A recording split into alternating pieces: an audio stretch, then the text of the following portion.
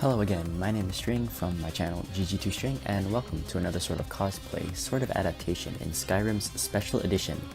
Today's is going to be based off of Ashe, the AD carry Frost Archer from League of Legends. So Ashe is one of my personally most played champions in League. When I played her before her rework, I loved the gold generation, and playing her after her rework, her Q is one of my new favorite abilities in League of Legends, and Project Ashe was sort of love at first sight. Anyways, this is unfortunately another Archer build, so hopefully next week I will be off of that archery hype train. So stay tuned if you want a different sort of build. Also stay tuned if you want a lore video on Friday based around Ashe and some other Freljord stuff. And because it is a single character, not encapsulating the whole region and the whole ideas behind it, it is going to be pretty in-depth. Not that there is that much to go pretty in-depth on, but it'll be pretty good. At least I feel like it will. Anyways, that should be about it for the intro. So, as for this build, I have a few ideas that I feel are going to be very, very strong improvements from last week's build. I will have a full-on structure with timestamps in the description. I am going to list all the skills, stats, stones, shouts, spells, perks, and everything else verbally, not just showing you on screen.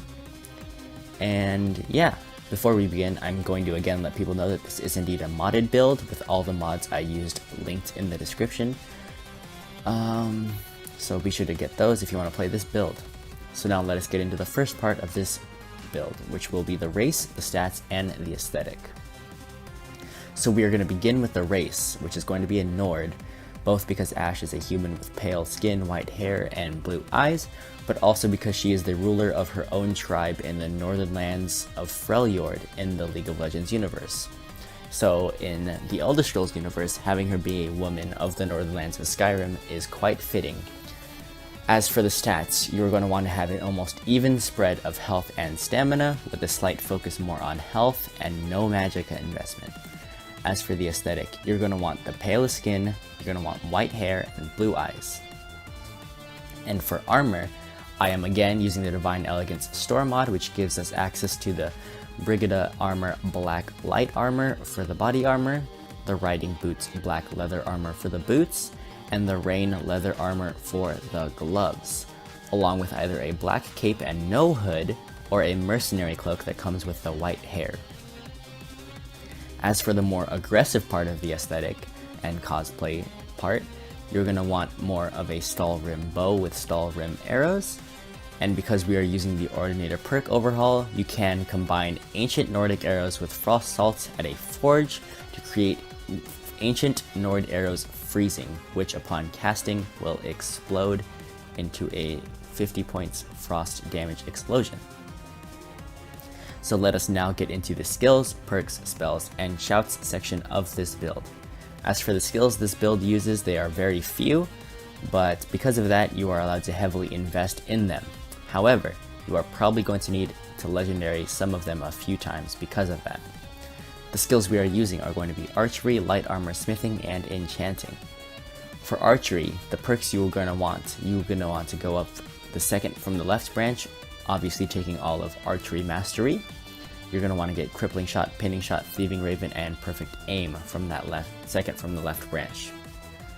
Now from the second from the right branch, you're going to want ranger, quick shot, snipe, deadeye, focus on the prey, and hailstorm.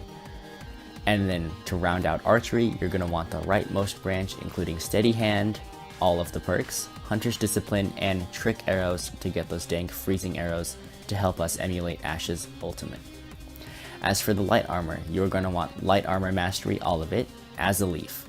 And then you're going to go up to light armor fit, and then from there you want to go left to get unhindered and into the maelstrom, and then back to light armor fit. You're going to go up the middle to get one of the perk points for initiative, not all of them, and then get every single perk all the way up to the top of the tree for tempting fate. And then you're going to want to go right to get keen senses, evasive leap, and wild and free. As for enchanting, you're going to want enchanting mastery, all of the points, and then go up the right side only to soul siphon, not any further than that. and then go second from the right branch all the way up to Miracle. Then finally for smithing, you're going to want Smithing Mastery every single point. You're going to want to get Arcane Smithing.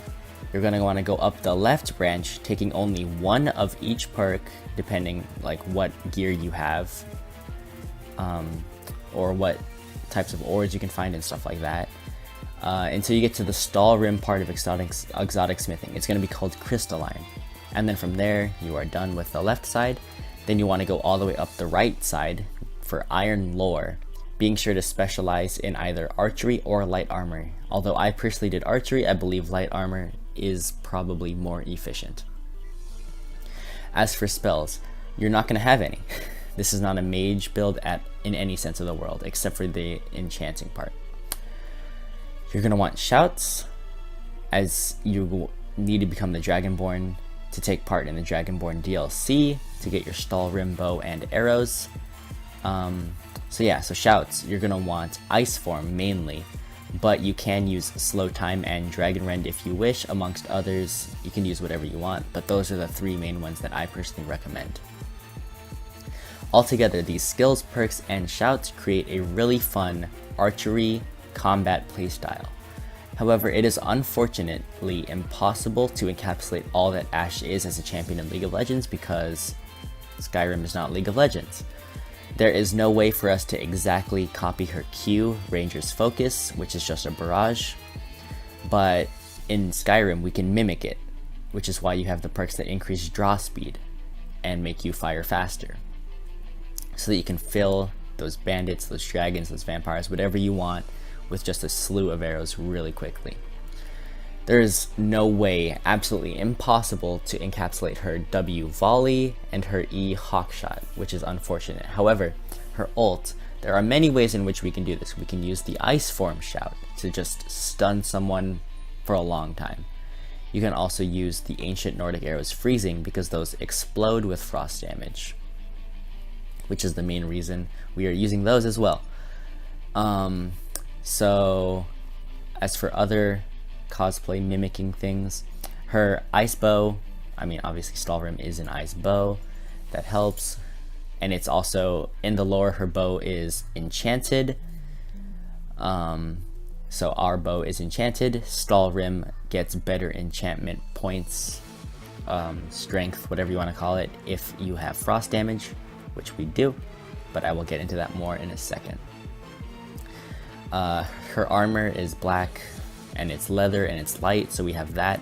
I could not find armor that has the same gold tinge that hers has, or the same white belly wrapping that hers has, unfortunately, but I believe that as long as you have black leather light armor, as well as white hair and blue eyes and red lips, you are close enough to cosplaying Ashe in Skyrim.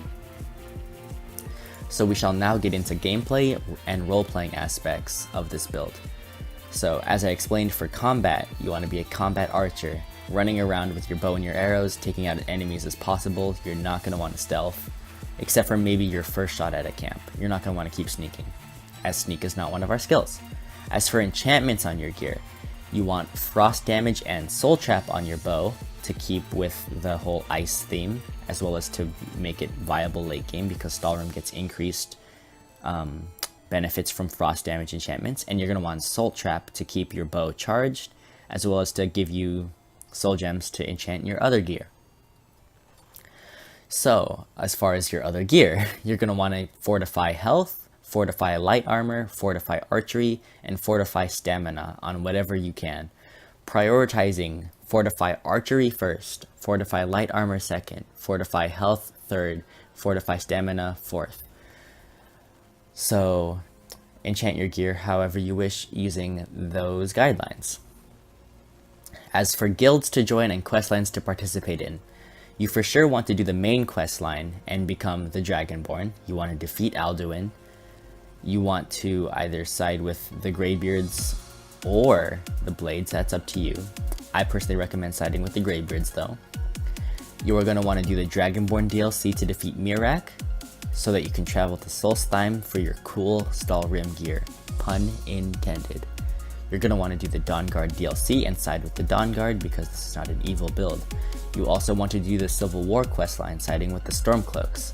You may choose a companion from the Stormcloaks to travel with, if you want to. This is because Ashe, you know, in her League of Legends lore, leads a tribe of her own in Freljord, wanting to unite all of the Ice Kingdom, so ending the Civil War for Skyrim will unite the Ice Kingdom.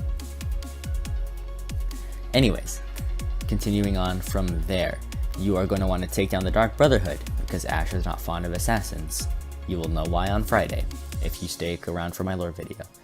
You also want to do the Companions questline, as having a rowdy group of warrior brethren and sisters will be a good change for her. You can have a companion from the Companions if you wish, but you will want to cure them and yourself of the werewolf curse, because this is not a werewolf build at all. As for roleplaying, you are going to want to be extremely kind, always giving to beggars. You will not want to fight unless you can avoid it, or unless it is to cleanse the world of something that it would be better without, such as bandits, vampires, assassins, or other beings that are just evil and wish bad things upon other people and threaten peace.